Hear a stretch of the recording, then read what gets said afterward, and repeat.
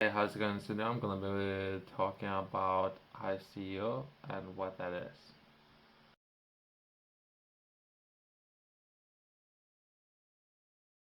ICO stands for International Organization for Standardization, which I personally believe it's important to understand the standard.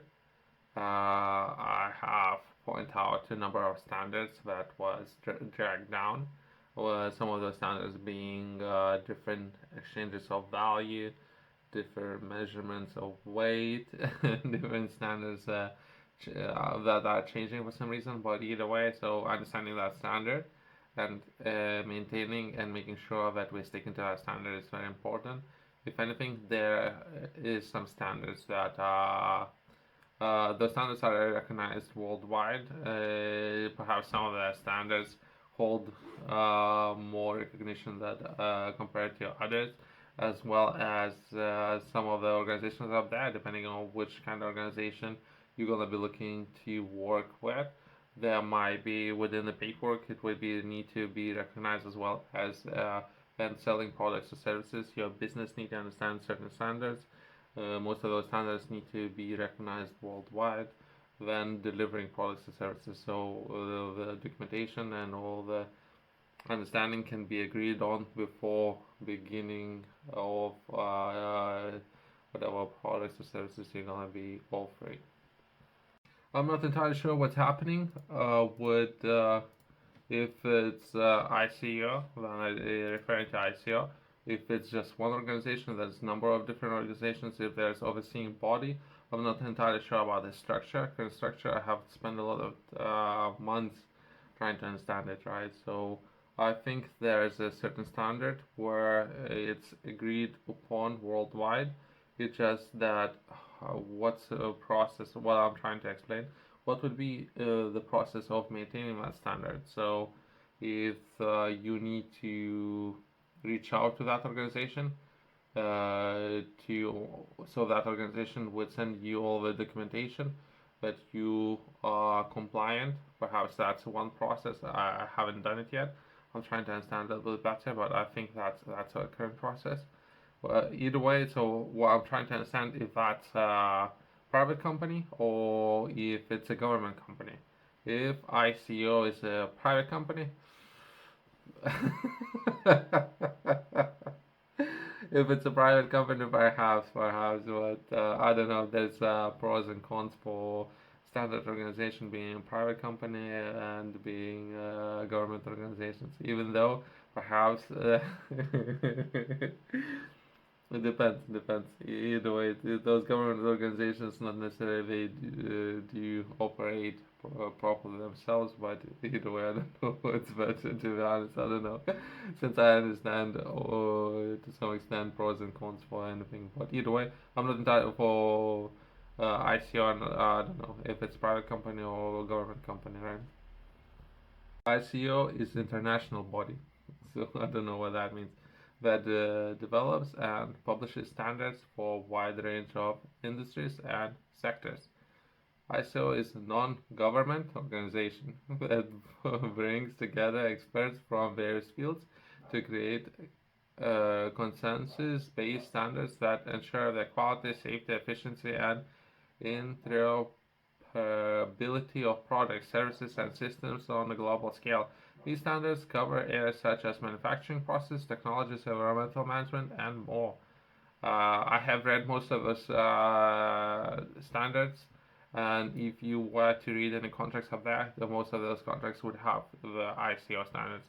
So it's organization, most likely well, the way how it's put in the words, it's an international body and it's non-government body. So what they are trying to explain what that company is not. It's not necessarily what that company is, what that company is not, which is again, this is the same problem why I have to read 90 pages of certain contracts. Some of those contracts are there, they're trying to explain in 90 pages what those companies are within the going around instead of saying straightforward or what those organizations actually is, right? So again, 90 pages, some of those contracts are there. Good luck for those who haven't read those contracts. How can someone living like could say good luck with perhaps some of those technology companies up there, which those companies even now it's something that they can put into a matter of 5 words. They need to put it into 20 sentences, right? Trying to describe what the company is not. That's what I mean. That's what I mean. So it's again that's a contract and the way how some people are being very smart in the way how they structure those contracts. ICO standards provide a common language and framework for organizations and businesses worldwide, facilitate international trade and collaborate. That's objective that they are trying to achieve, not necessarily the common language. As I mentioned to you before, they already failed 2 times when trying to describe what the organization is. They failed 2 times already. So since they failed already, this is what they need to clarify it, right? So this is what they're trying to achieve clarified by using common language. So they can't even describe what this organization is. Again, it's so much time wasted. It's so much time wasted fighting battles with these companies. So who is it's non-government?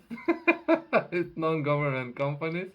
That what was the other description for this company? It's an international body, so a non-government international body, so common language. I don't know why, because most of the time, at least from my personal experience, I prefer doing business with the people who know what they are trying to achieve, and they can put everything in one sentence, in 2 sentences tops, right? So already this organization, they can describe what they are looking for. They don't know what this company is, and all the good stuff. They help ensure that products and services are safe, reliable, and of high quality, while also promoting innovation and sustainability.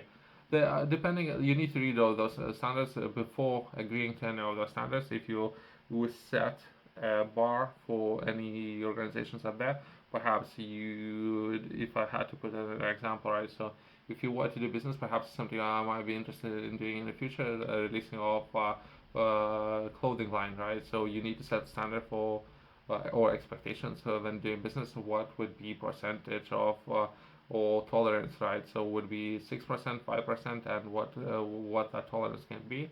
So you need to understand that. Perhaps you can use some examples of there, existing examples, not necessarily ICO, but there are different quality standards. Quality, I think it's 9001 ICO.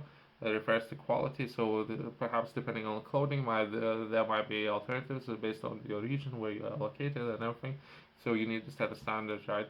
So depending on the language and how clear you want to do business with, how complicated 90-page contract you want to make for the person to sign on to, right? So I prefer to do business. Perhaps that's my personal understanding. That's how business should work. But perhaps there's a reason for those 90 pages and not being clear or not really using common language, but saying that yeah, it's something that you're going to use, right? For people out there who are interested in learning more, I have published a journal. In this journal, you will be able to find a lot of information on how to structure your day. In this journal, I'm looking to achieve a particular objective that would be offer you tools of how and where to begin when structuring 24 hours and making most of your time. I have identified particular areas which I personally believe are very important to focus on. Within those areas, I personally believe it's very important to have particular metrics that would be a dictionary addressing areas like finance, as well as perhaps motivation, personal goals, professional goals, health metrics, things to do, just to name the few areas. If anything, if you were to begin this journal, I would highly recommend sticking with this system and working your way from cover to cover to develop a habit. You can find this in the description below as well as top retailers has it.